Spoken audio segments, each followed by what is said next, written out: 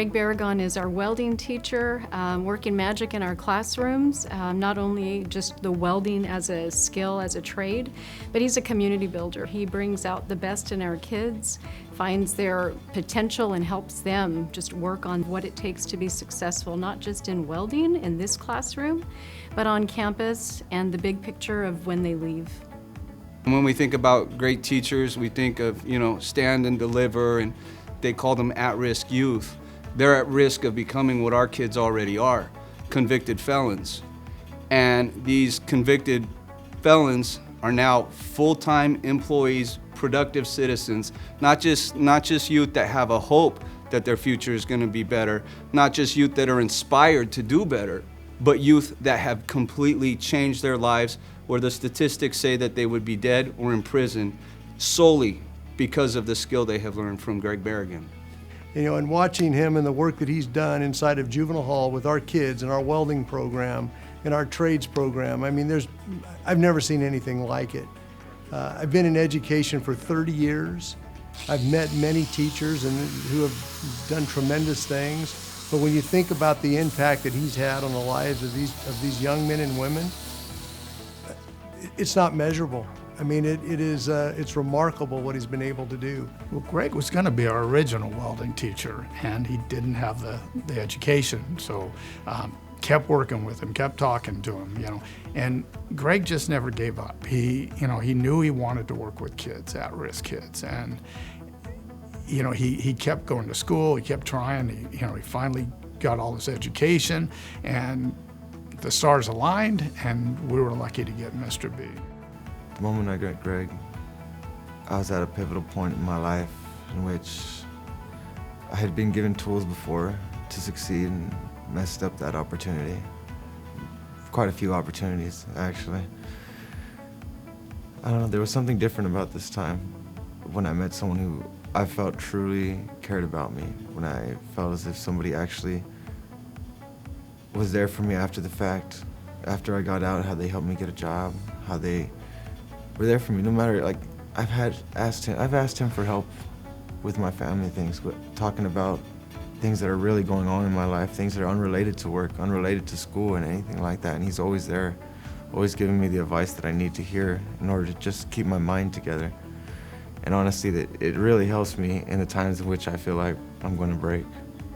I teach them about a lot of different things. It's not all about welding. Yeah, that's the career you got to learn, but there's so much to go with it.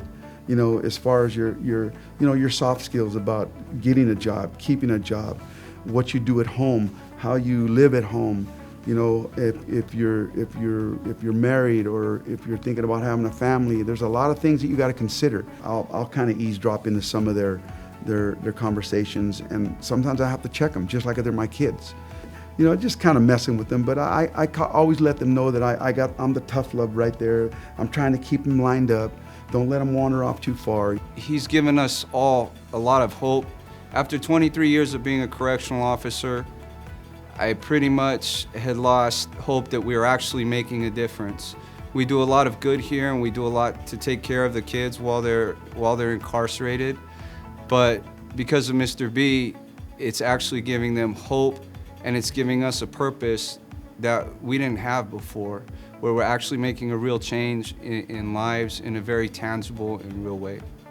Now, one of the reasons why I have pictures and letters and albums of pictures of students working, things they bought, things they're doing, it's kind of like proof that they really are doing this with what we're teaching them here.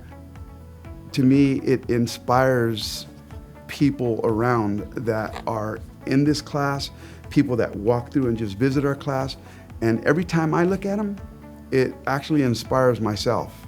I see some of these people that are still at the same jobs, from 2000, 2003, they're bosses now, they're supervisors, they're superintendents, they have their own businesses. If you've ever been to a boxing gym, you see all their champions on the walls, and you got the corner man, the trainer, he's there, and then he's got all his champions. So I train welders, and they're hard hitters, and I call them champions, especially when they hold their jobs they buy their houses, they buy their cars, they stay out of trouble. And so, you know, they win the fight of defeat, the cycle of defeat. It's remarkable what he's been able to do. The jobs that these kids are getting coming straight out of juvenile hall. And more than that, it's about the self-esteem. I mean, he has inspired them to do so much more than they were ever capable of even thinking they can do. And it really is a direct result of who he is as a person. The opportunity that Greg's gives kids, I mean, the fact of the matter is I left here. Before I left this facility, I had a guaranteed job. He took me for an interview, made sure that I did everything I needed to do, and it was actually the reason why I got an early release a month and a half early.